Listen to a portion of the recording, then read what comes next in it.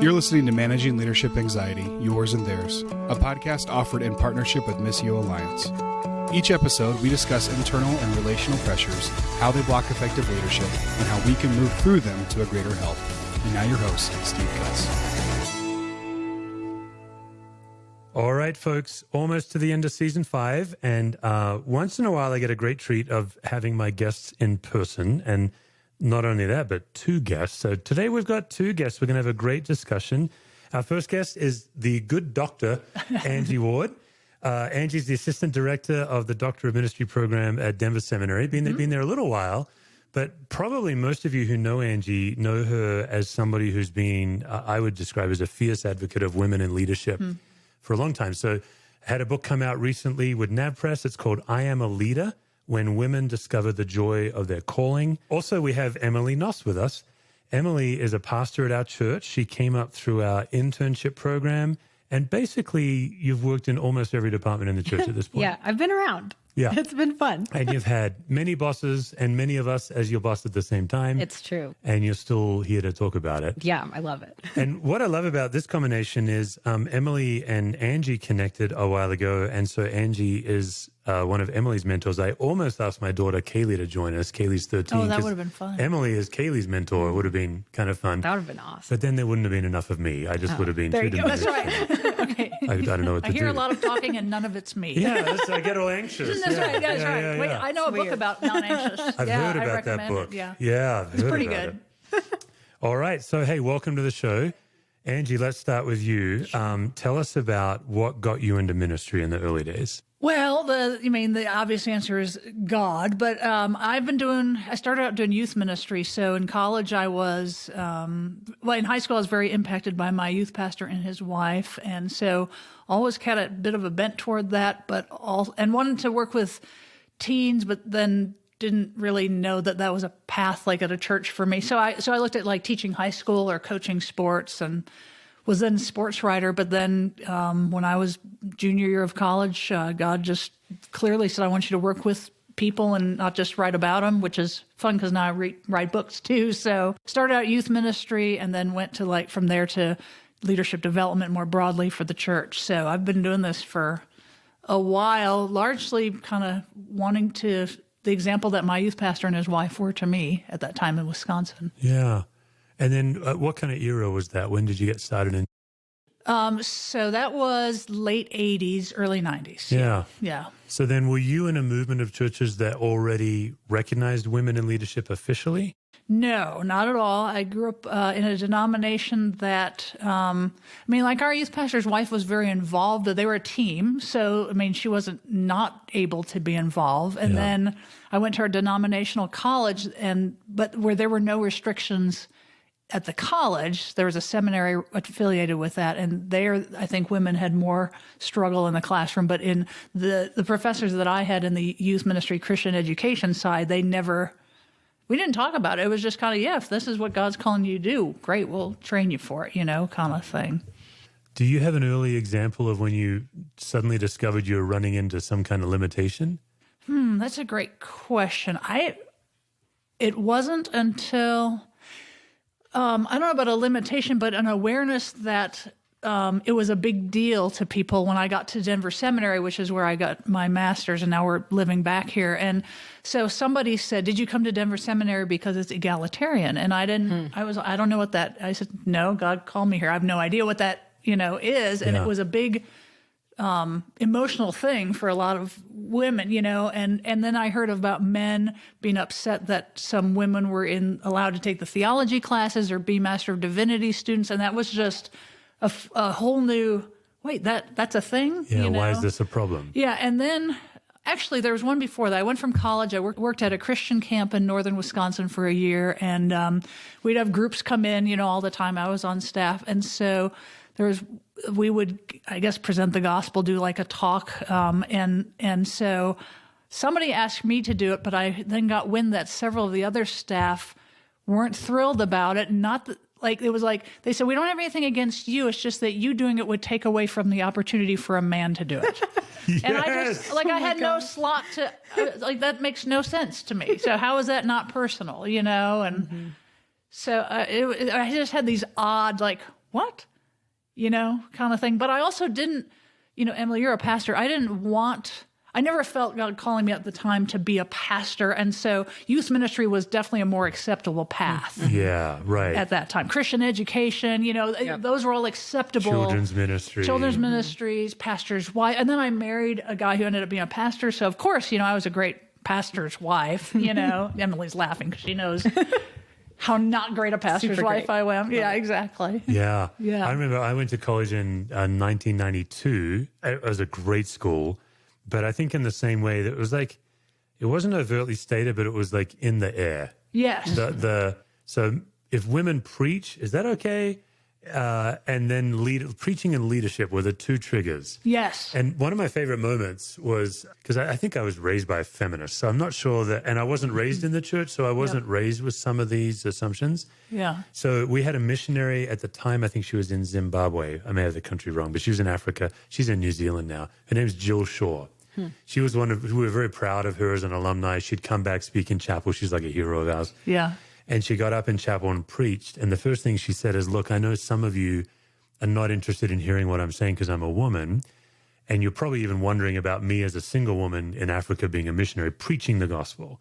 I tell you what, why don't you come over and do it so I don't have to? That's how she started. Good. And we're like, Yeah, exactly. great. Yeah. Yeah. I also remember when I worked at the camp, it was less about, like, I could do the roles, but I'd hear these veiled comments about strong women and how that wasn't okay. And so it was more, and I got it more from other women than from men. I got it from other pastors' wives. I got it from our camp directors' wives, from some staff wives. Like, they didn't know what to do with me more. Sometimes the guys were more like, it was more of a function thing. She can do this. There's a need, we're going to do this, kind of thing, especially at camp, parachurch ministry. But it was more like my personality and who I wasn't okay, even if the position was acceptable. Right. And so that made me much more question who I am. Like, I was not okay. My personality was not okay. Was somehow deficient. Yes, exactly. So I tried to be more meek and mild and gentle. And yeah, it wasn't until after college, after seminary, God was finally just went like, you're a leader, which is where the title of my book came from. He's like, I made you leads. this way. Yeah. Yeah. Own it. Yeah. Yeah. Yeah. Okay. And that I was like, but that's why I don't fit in with, typical, pastors' wives, or I'd go to these pastors' conferences with my husband, and I was just as interested in going to the workshops, and he was very supportive of that too. But then I went to the pastors' wives seminar, and I was like, these are not my people. Yeah. Right. The whole supportive role thing versus and I didn't taking wear it out. pink pantsuits. I just didn't fit in with them either. They all had a look Really? to them, and there was all this this bring back the joy. They were this happy kind of I don't know. There's an inauthenticity of some of it, not all of them, of course, and I was just like, I remember writing my journal, like taking notes at this conference and going, here's the ways I'm not like these people. I don't do children's ministry. I do youth ministry. I don't play piano. I play guitar, and, I'm like on the more rocking out on the worship team. I'm a jock, I'm not, I don't sew my own. Like, I really, from our church in Indiana where we just left, one of our staff wives said at a previous church they were at, people went up to her at that church and said, now you need to learn how to play piano. And they were serious. Wow. Yeah. So there was a lot of pastors' wifely expectations too.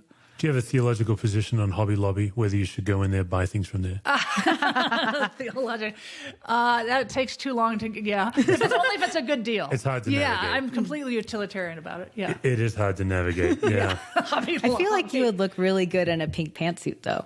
I think that your you? hair could I feel totally like you're rock. judging it before Oh, trying yeah. it because you've not tried it Yeah, yet. maybe just like a different shade of pink. Do you do headshots for this thing? Are you going to try to Photoshop a pink pantsuit on We me? are now. Yeah. I didn't think about it Should've until you brought the mentioned it. Hillary It was all during the Hillary era, Right. so everybody's wearing these The pantsuits. pantsuits. Yeah, a power Yeah. pantsuit. I don't have a power pantsuit.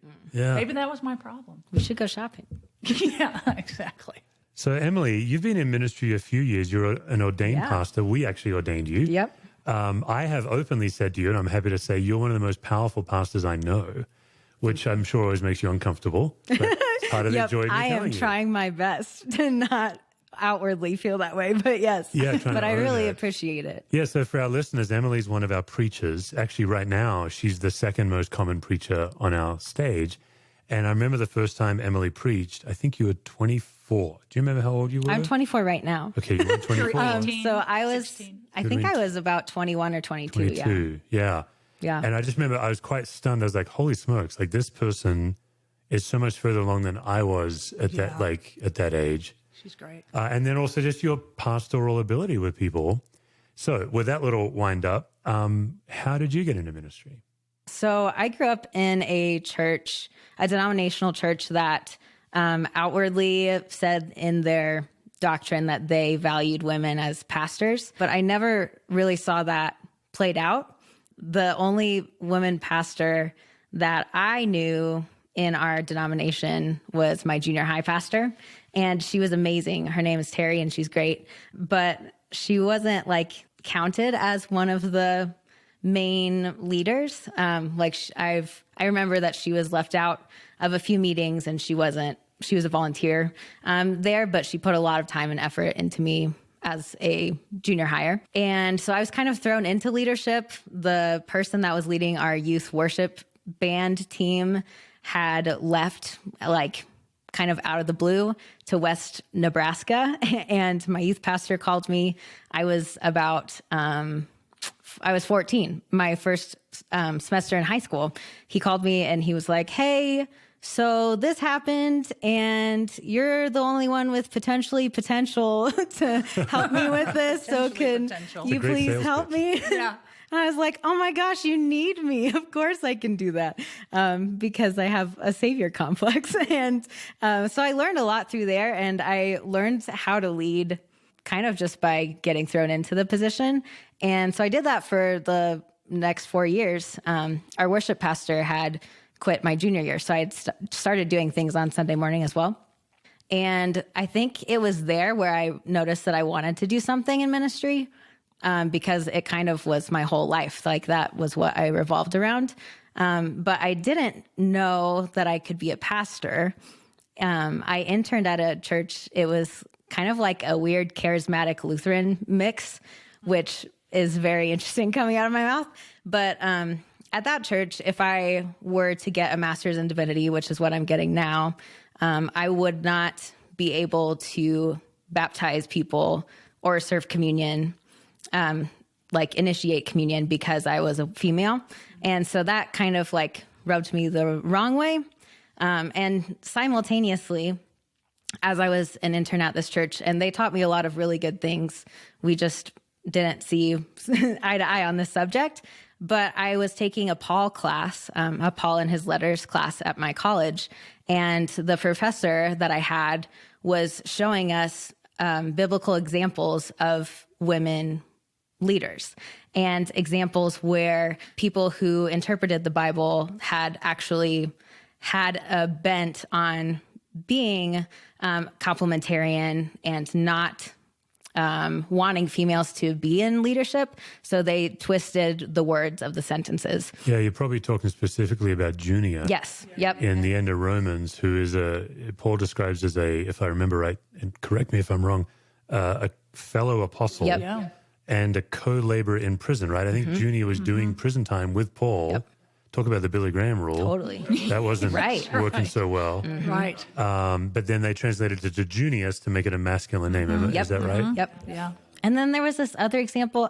I always get Priscilla and Aquila and the people that died because they didn't. Ananias and the Sapphira. Sapphira. I always get them mixed up. I think it's Priscilla and Aquila, right? They're the ones who Yeah. didn't die. They're the good Yeah, ones. okay, they're the good ones. Yeah. But we talked about that verse as well, where Paul writes that they are outstanding among the apostles, but in some translations, it's formed as like they're the apostles' biggest cheerleaders or something Yeah. like that. So Yeah. it was during that class where I realized I was like, okay, maybe I can be a pastor. And then I came here and, I was very surprised at how much authority I would be able to participate in. And honestly, Steve, like during the time that I've known you, you've been such an empower and encourager to me. And I have grown so much at this church. And I've grown to be confident in my leadership, which has been amazing. Yeah. And what's interesting, it's not like, I think other staff would say this, it's not like we're looking for women to empower. Right. We're just looking for anybody with leadership gifts Yep. to empower, and you happen to be one of them. Yeah. So what was surprising? I think the amount of like the chances that I was able to have as a 20, 21, 22-year-old. Yeah, you're like Yeah, second, young leader Yes. you're with like getting second authority. in line preacher. You're not Right. even done with seminary. I mean, that's Yeah. and as a woman, that's just amazing. That's wonderful. Yeah, like I don't think, thank you. I don't think I don't know of a church where I would be able to do that. Yeah, and what's in it from my chair, if you weren't very good at it, there's no way we'd be letting you. Like, it's not. Yeah. In fact, our elders and I, we've had a lot of conversation as we launched this internship program, the tension between excellence and development. Right. And at one point, the elders were right. They actually stepped in. I don't think I've even told you this, Emily, but a few years ago, and they're like, hey, you're too much on the development spectrum. We need to step up the excellence from what we do. All right. So, okay, let me testify a little bit.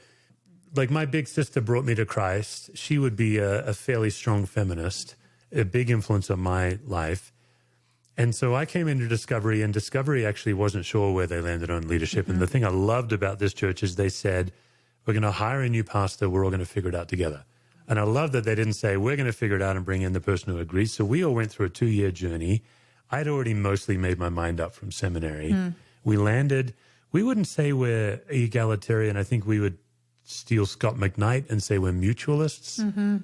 We just believe that if you're gifted to lead, go ahead and lead. Great. So I'm all proud of myself and our, in our mutualist ways. And then the Me Too movement happens.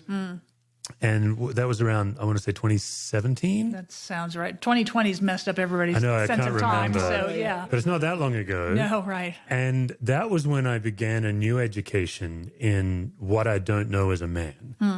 And I think the problem I had is seminary and then early church. I'm like, okay, we're in, we're good. But suddenly I'm starting to understand gender dynamics in a meeting. The amount of women who always notice when they're the only woman in the room. Yep. And I was blind to all of that. And what happened to me is a friend of mine who's a pastor, and she sat a group of guys down and she led us into her world. We'd been friends for years.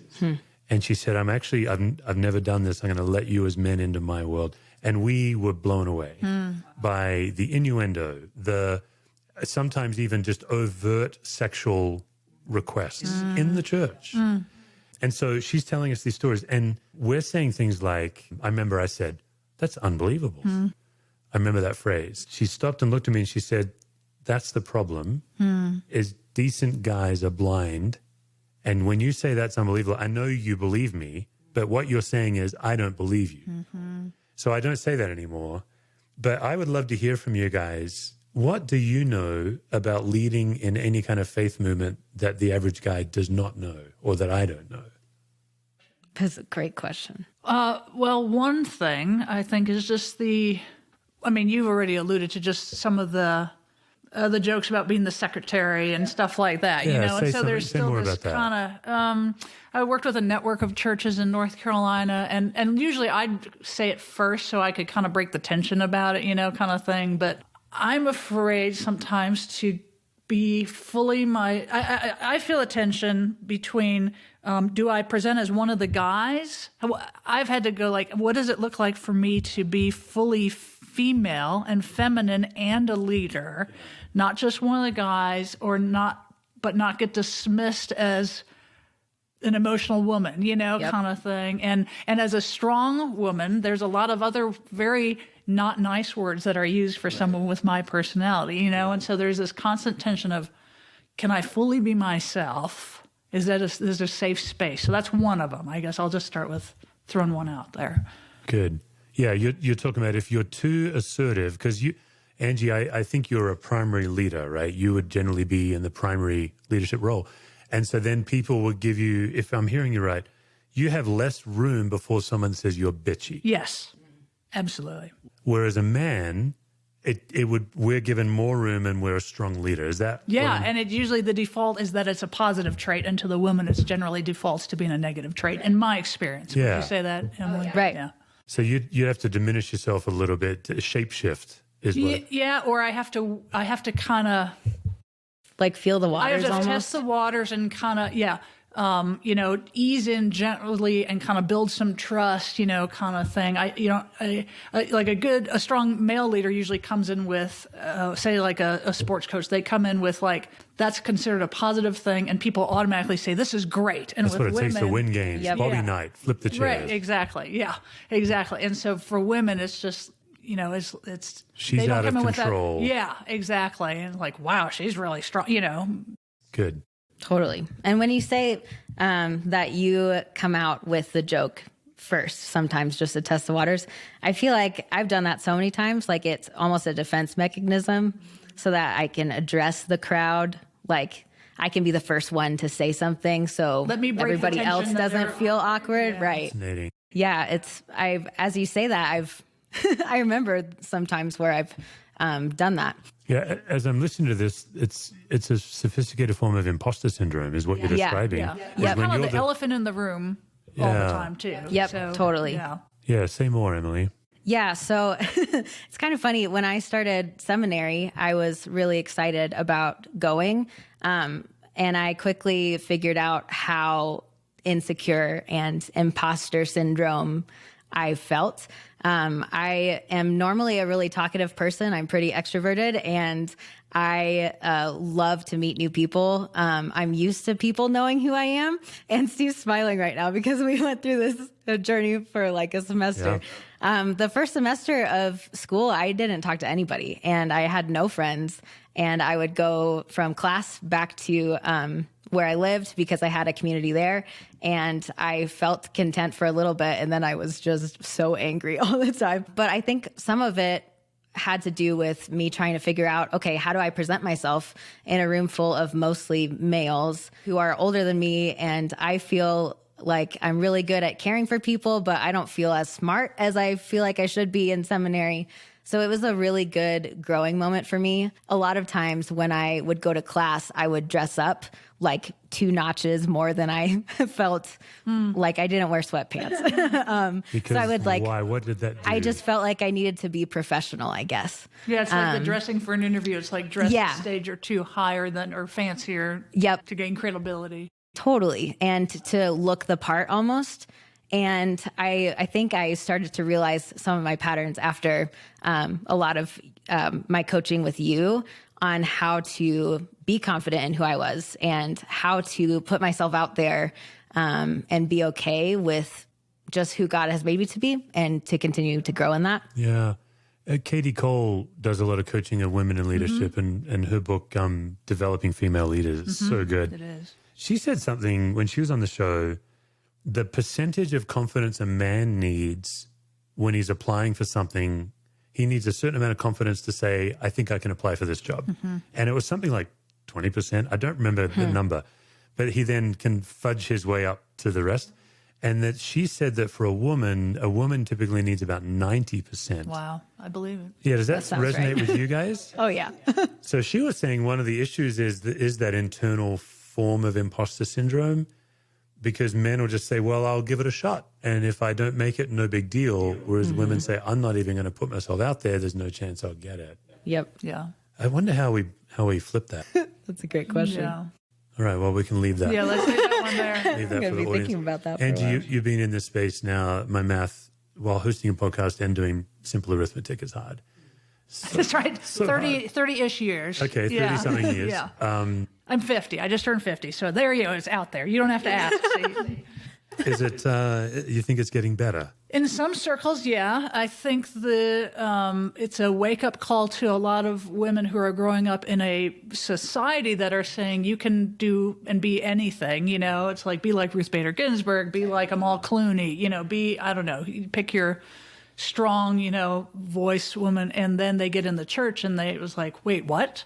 Yep. Kind of thing. And it's not in all pockets of the church. So I think there's more openness in some places to conversation. So that's really good. I think they still just run into this wall usually in church and ministry context. Would that be, you're the younger totally. generation. Yeah, I think being in Colorado, I've met so many more female pastors than I did when I was in the Midwest. I think in the Midwest it's kind of still Yeah. a taboo topic to some degree.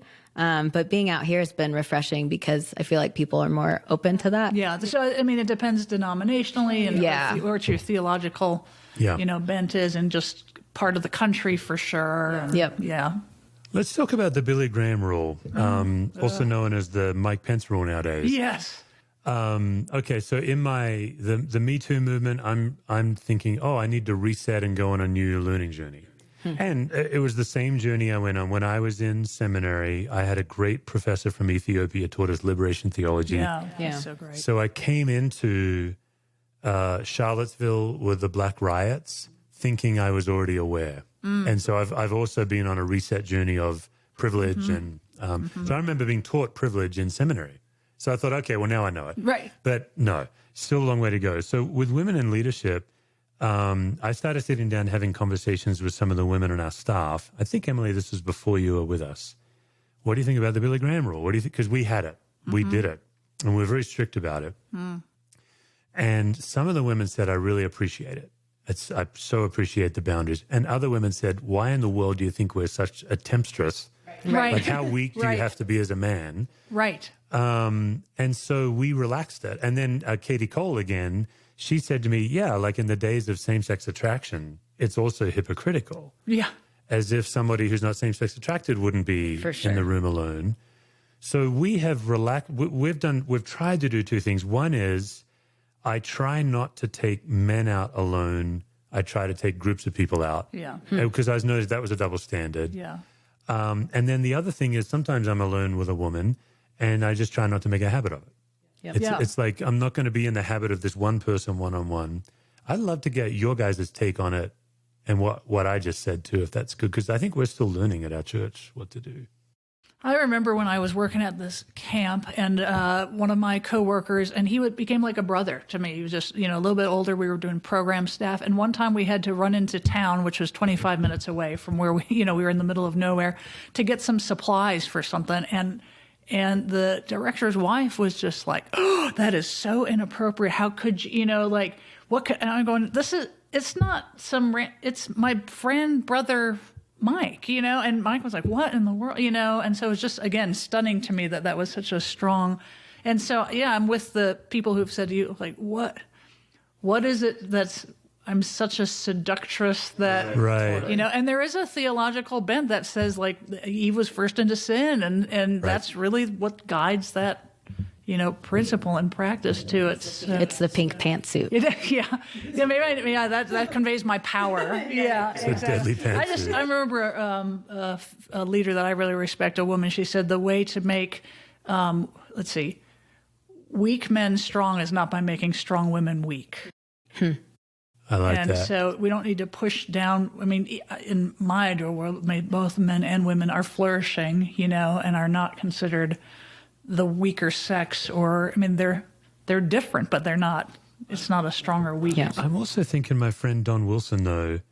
Don Wilson, when he's coaching pastors, he says, "Look, you form into sexual bad habits if you have a lot of money, you're really good looking, or a lot of power." And he says, "Now let's look at pastors. First two are out. We don't have money, and most of us are ugly." He says, "But spiritual power is a real thing, and it is attractive." I think that's the pushback on this. That as much as women aren't seductresses and men aren't so weak as to make a trip, an errand, and then suddenly find a hotel. Right. That's unlikely. Exactly. It's unlikely. But there is, I think that's where the ongoing nature, I think there is a guardrail piece. I just don't know where the line is, because there is a spiritual power that becomes intimate that I think you have to be careful of. Well, and I think I'm very aware that with the Me Too movement now, I think the power has shifted culturally, that I could walk into a room and make a false accusation and I will be believed, and you're out of a job. That's right. My job is mostly dependent on my reputation, and it can be ruined like that. And my wife and I talk about that. Yeah. So I'm very aware that it's shifted, and I don't think that's fair to you guys either, Emily, what do you got for us on this? I'm thinking. I thought I knew what I was going to say, and then you threw that wrench in, and I was like, oh, man. I think that what you were talking about, Angie, I think if the other party doesn't make it weird, I think generally speaking, women don't want to make it weird. Like, Steve, you and I have driven in a car together going to Denver Seminary. It wouldn't make sense for us to drive two cars from point A to point B. I've had lunch with my boss before, who is a man, and as long as he doesn't make it weird, I don't make it weird. And I think where I appreciate our church's stance on the Billy Graham rule is that comparatively, if I look at our staff pastorally, and really most other churches, the general consensus is that the majority of the pastors are men. And when I'm looking for like a mentor or something like that, my chances of finding a female pastor on staff are very rare. Yeah. So like if I were a male in my position, I would have like a plethora of opportunity to meet the right pastor mentor. So I appreciate that I'm still able to find that mentorship in male pastors. So I appreciate that a lot. I think you're right that there has to be some sort of like accountability piece there. I'm just not sure what it is. I think it's just open communication. So like my boss is a man, and so we had to drive one time for us to Golden, which I said, so what, how do you handle that? What do you think of the Billy Graham rule? And he actually wrote a biography about Billy Graham when he was for Christian Today. Marshall, yeah. I love Marshall. And he said, I just think, he said, I think it's, I don't know if he said it's ridiculous, but he just, it's like, it's just. I think we can survive a trip to Golden. Yeah, we can survive. But it also helps that Dave, my husband, is friends with Marshall and with Susan, and there's open communication, all that. So I told Dave, hey, Marshall and I are driving out to meet this other colleague, in Golden kind of thing. And so there was nothing secretive or, about it. It was just like, this is how it works for this pragmatic. And sometimes Dave and I, because he's a pastor, so he's wrestled with this as well. So he'll, he had a woman one time who was writing, I haven't told anybody this before, like this secretive type stuff. And so to bring all that stuff out in the open just really, that's good. Unpowers, whatever. It takes the power away. Right. And so he said to me, I just want to let you know, this woman is doing this stuff, and you can see these letters, and I'm telling her this is not appropriate, kind of thing. And so there are some pieces of like, he's been at a church as an intern in California where there was like, okay, why is the senior pastor meeting with women at 8 at night and it's a study alone and nobody else is around? There's stuff like that. It's like, hello, Totally. Yeah, that's right. Like I do some pastoral counseling, but if they need that level of discretion, they need a therapist. Yeah. Oh, yeah. They don't need to go see their pastor. Yeah, and it's interesting as I'm listening to you guys, like it also occurs to me, there's been a handful of times over the years where Lisa will simply come to me, my wife, and say, I'm not comfortable about that person. Like this. Yeah. And I just have always believed her. Like she knows something I don't know. And that, I think, would be the other transparency piece. Yeah, and my mentor, one of my mentors, he has told his wife in the past, like, I'm afraid I could be attracted to her, so I'm telling you now, and I'm not going to meet with her. Yeah. I'm just like, and so that takes a lot of courage, I think, and self-awareness to, not to go, well, I can spiritualize my way out of this, or just go, I'm a weak person. Yep. And I know this tendency, I've seen this and, this scares me. Yeah, or you're a strong person. I remember when I did crisis intervention in Las Vegas, a lot of single mothers in desperation would come in for help. Yeah. And I remember saying to Lisa, I'm like, man, there's something in me that wants to rescue a young, helpless single mother. So I need to be really careful. And it's got nothing to do with them. It's not that single mother's problem, but for me to mitigate. Yeah. Here's a final question on this topic. I don't know how to ask it, so I'm going to try it. As a man running a staff that, I don't know what our percentage is, but we have a lot of men and a lot of women. I was thinking, Emily, when you said, I think we have 4 or 5 ordained women as pastors. Yeah, you're counting them now. Yeah, I think you're right. So we're probably more men than women, but it's probably close to 50-50, I think, across the board. I've watched as a man women on my staff treat women badly and men on my staff generally not. So what I'm confused as a guy is when there are certain kinds of women that bully each other or power over another woman in a completely aggressive way. And then when we call them on it, they pull the card you mentioned, Angie. I'm not saying you're pulling the card, but they'll say, this is what happens is people say I'm bitchy. And I want to say, that's because you are bitchy. Right. Which you can't say as a pastor. Right. You're not supposed to, at least. But that's what's going on is I watch the behavior, I'm like, you're an ass. Yep. Yeah. You're not actually assertive, you're bullying. Yeah. Have you guys run into this? Because this was surprising to me. I've talked with one of this mentor that I mentioned. He's, this friend. And so he's talked about he's had a woman in that position who will pull that card, and so he's like, I feel like I'm in a no-win kind of thing. And he's like, and she's got amazing gifts and I would like to make it work. But, at some point she's just gotta, everything becomes this card, or like there's no benefit of the doubt given by the woman. So it's just it immediately takes offense. I'm thinking of one particular woman. So now any of my staff listening to this are wildly curious. Yeah. I think a lot of it was Emily, we need to talk to you. It's me. Right. I think it was the kind of upbringing they had. They had to fight and scrap their way. Yeah. That the way I described it to her, and it didn't go well. Yeah. And it's because I'm doomed from the start because I'm a man. Right. And because you're in that position of power. There's so many power dynamics in there that make you not a safe person to have that conversation. Yeah. And so for my curious people, this person hasn't been on staff for a long time. But I said, it's like you don't have a governor on your engine. I had to use a mechanical metaphor. Right. What can you say? Right. You don't have a governor. You're 0 to 60. Right. And other people seem to have a governor where she would just ramp up so quickly. I call this stub toe kind of phenomenon. And so it's like you have a stub toe and you bump it anytime and it just, this. Right. And of course, it's on audio. You couldn't see the reaction I just did. It's a very good impression of a stub toe. Yeah. It's just like this, kind of thing. And so, how do you help your staff? Like, that's part of my own responsibility is to go, okay, why is this nickel event causing a $500 reaction? That's right. Kind of thing. That's really good. And being aware of that. But then when, and so when you're coming, that's out of their woundedness. We all come by our stuff, honestly, right? Yeah. And so it's, it's more like, how do we create an environment for our staff to feel safe or find safe people to work through that stuff? Because then it just becomes you against her. And now her button head, it's kind a loss. of thing. I'm bumping knuckles. Yeah. It just becomes for her more of the same. Another dude putting me in my place. Therefore, I have to fight even harder. Right. Exactly. Yeah. And it could be conflict management style too, or if it's, it's a person who's a win-lose, which is my style, so I have to just go, wait, this is not, even taking feedback when I tend to take it as a personal attack or, kind of thing. And so it goes back to my stuff of like the messages that I took in when I was, so I'm aware of it. It still triggers, but most of the time I can go, okay, I see where that came from, but there's just, all those dynamics at play in the system, Good. Great stuff. Thank you guys so much.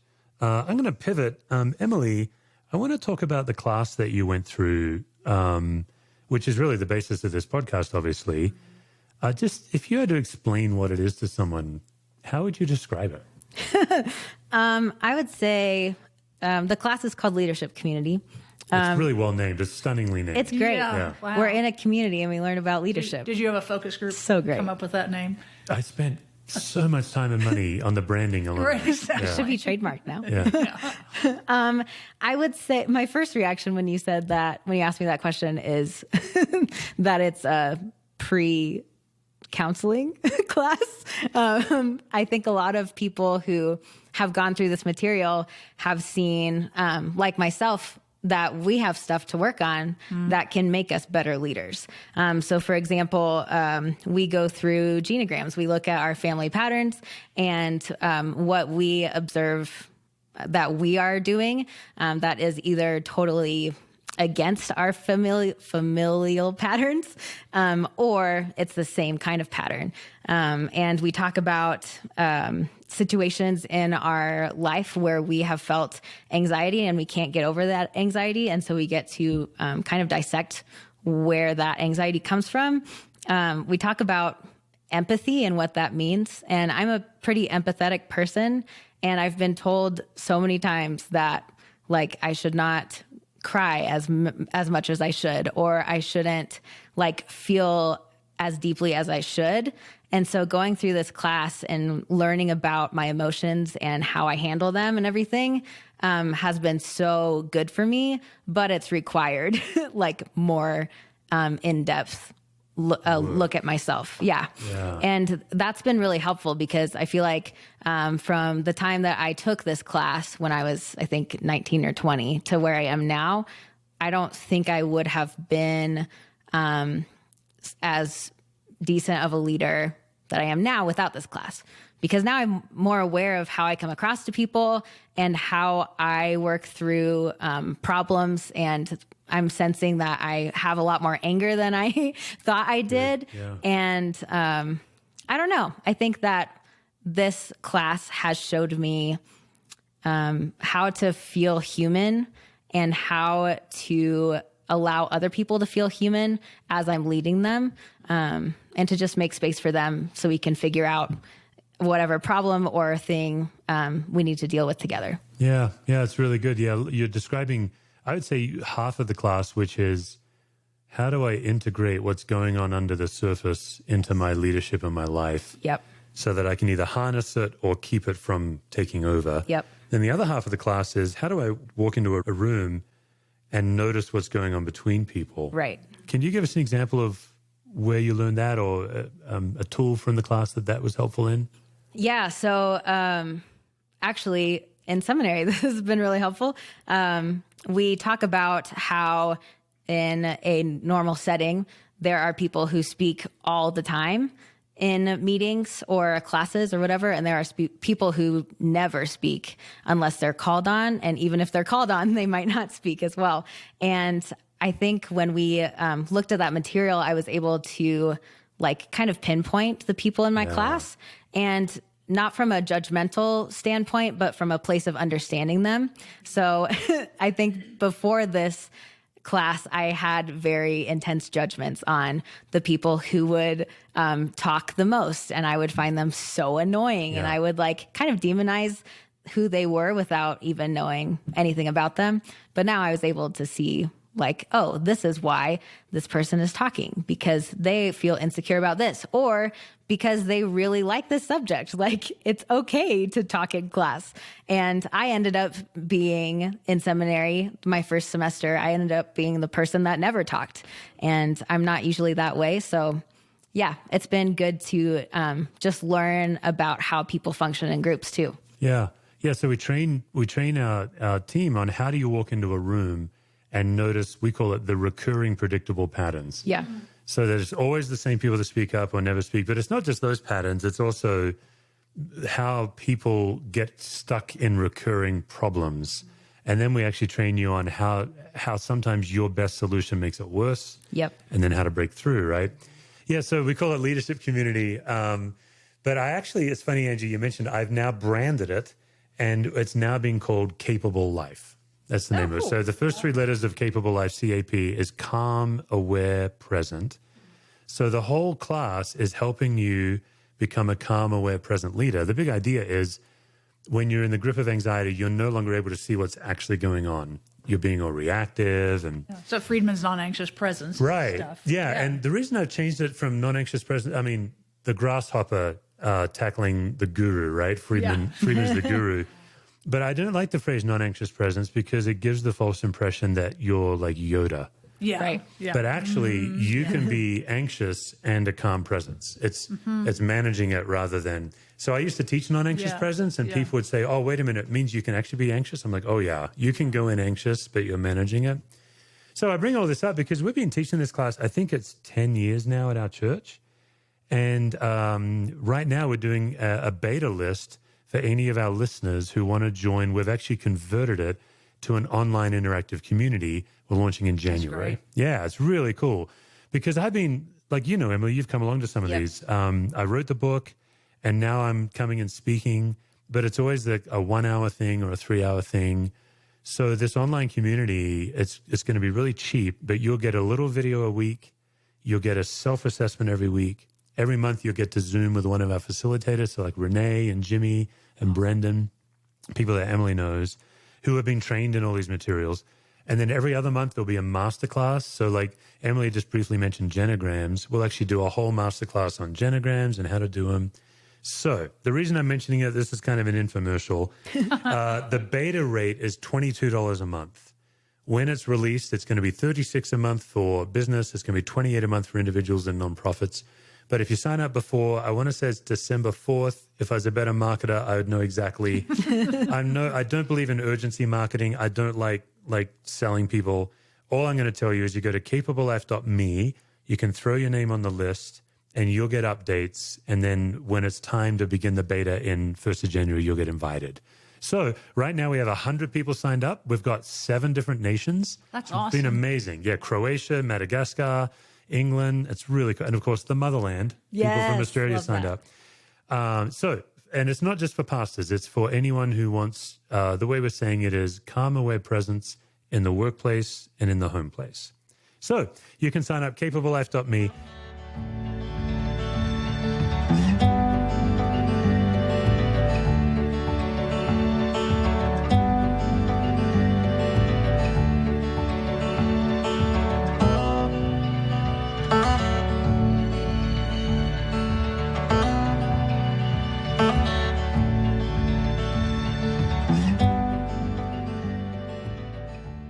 And that leads us to the final segment of the podcast. Angie's already tried to tunnel out of here. Gotta go. Look at the time. The gauntlet of anxiety questions. I've had this described as 50% proctological exam, 50% roller coaster ride. So What was the second part? 50% roller coaster ride.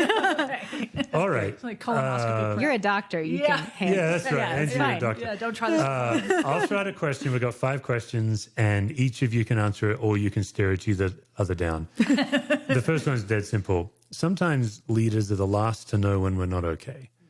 Who in your life knows before you know? Wow, I'm thinking about it. I don't know that anybody does. I have I have managed anxiety and some depression, and so, but I'm so high functioning, and so I can mask it, and so I have a couple friends who will text and say, "How are you?"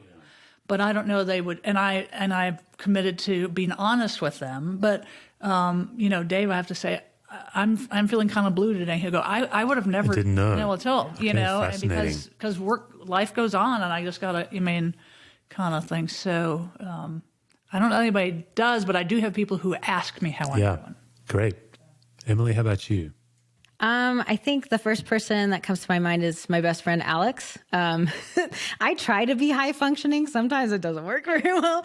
But she has told me that I have a pattern that when I'm not doing well, I tend to drop everything that I have planned and start helping other people. So I just totally overfunction because there's a need in there somewhere to feel productive or successful. Or to help somebody so you can feel better. I nitpick at Dave, and I also have to get I have to clean or organize something. Yeah. Okay. So those are, I think, the signals that Dave would probably have. Okay, that's good. Yeah. Okay, here's the question. Well, if you're both willing, you guys are sailing through. Wow. If you're both willing, let's have you both answer it. Emily mentioned genograms. I think, Angie, you'd be familiar with a genogram. I am familiar, yeah. Yep. Yeah. The simplest way I know to ask it is we've all been given traits from our family. Some of them are really helpful. Mm-hmm. Some of them get in the way. Mm-hmm. Would you both be willing to give us one trait that's a real asset in your leadership and then one that's a real liability? Mine... And usually, I think this is true. It's the flip side. It's like the dark side or whatever. The other twisted, side of the right, coin, exactly, yeah. The other side of the coin. So I can tell you a few quick things about my upbringing that you'll just go, oh, okay, that explains a lot. So I was adopted at 5 days old into adoptive family with 2 mentally ill parents. So, if you do any trauma work, you just go, okay, well, bing, bing, bing, check the list, right, of all this stuff. So I've had to fend for myself for almost all my life in many ways, emotionally and stuff, and have done a lot of work around that. So that is incredible skill at, I'm almost fearless. I just get things done. I'm self-motivated. I'm just highly driven. So that's a great gift, it makes me in some ways a very high functioning leader. But the flip side of that is that, I have had to learn to tend to the emotional side and, be present to that and to not run over people, that type of thing. So Does that That's answer great. your That's a question? great answer. Yeah. I think for me, a trait that I have noticed is that my family is very intentional about being strong and being independent. And I think the dark side of that is that we're not very good at asking for help when we need it. So I've learned that it's okay to ask for help and it's okay to have other people support me and the things that I need. So that's been a trait that I've recognized. And I think another trait, my family, we play card games a lot. And I think I just love having fun. And I love like being together with people like around a dinner table or something and being able to channel that joy. So yeah, those are the two main ones. Awesome. All right. Let's just have one of you answer this next one. One of the guaranteed ways that a leader can be anxious is when they make a mistake in front of other people. So would one of you be willing to tell us about a recent mistake you've made and how you recovered from it? I'm thinking, but so, I mean, I'm not unwilling to go, but I'm thinking. So, yeah. Does it have to be a big one? A big mistake? I was going to say that some of my things are things that I feel I beat myself up over. Yep, those count. Yeah. It's really about your own internal anxiety, Right. not about the size of the mistake. Yeah. All right, I've got one. So when coronavirus first was starting to happen, the church was looking for Lysol wipes and just disinfecting things. And I thought I was being helpful. I had found this website where you could get like an 8-pack of Lysol wipes for like $8. And I was very excited about it that I had finally found like the perfect package. And the website said that it would like ship right away. And I was like, perfect, this is so great. And my best friend, Alex, she had messaged all the staff to make sure that they could pick up wipes whenever they could. And I was like, oh my gosh, I found this link of these Lysol wipes and that's a great deal. And like 3 people bounced back on the conversation and they were like, do you know if this is a scam or not? Like, is this legit? Are you sure that this is okay? And I was like, I was probably fine. But like there were 64 responses that it was called cleanyos.com. It was like not even a legit website. Right. That's amazing. Would have never guessed. Yeah. So if I didn't have those people there, I probably would have cost the church a lot of money. So how did you recover? What's your internal process? I think I've learned to just laugh at myself. Okay. And that will take a lot of the anxiety off of me and other people. There's like always this shame of like, oh my gosh, Emily, you should have done this and should have done that. Or something. Yeah. But I think I'm learning to be okay with kind of my take at problems, but also to learn from them. So whenever I will look for Lysol wipes, I'll just make sure that the website's legit. Good. All right, good. I've been doing a lot of work with pastors lately, and there's a lot of pastors that confess things backstage that they would never talk about on stage, which I'm always trying to encourage them to bring it. One of them is the gap that they experience between what they teach and what they experience themselves. So they can talk about the grace of God in a way that'll make someone cry, but they don't experience it for themselves. Do each of you have a gap between what you believe and what you experience? And what would it be for you guys? I think one that I'm working with and was just talking with my spiritual director earlier this week about is experiencing joy. I understand it in my head. You know, I can tell people like I can bring freedom for others, but I have a hard time experiencing that for myself. Great. I think a subject for me is prayer. I've talked about prayer quite a bit in my sermons, and I have certain tricks that I use to pray to God. I remember growing up that I thought God was my best friend and that we would just like watch movies together and stuff. And I think as I've got older and my faith's gotten deeper, I've gone through like seasons where I don't feel like God is present or whatever. But when I preach about praying to God, I know that God is tangible and I know that he listens and that he responds to us. But it so often feels like I'm praying to a brick wall. And so that can give me motivation not to pray. So that's something I'm working through. Great. Good. All right, final question for both of you. It's a simple idea. John tells us in 1 John 4 that perfect love casts out all fear.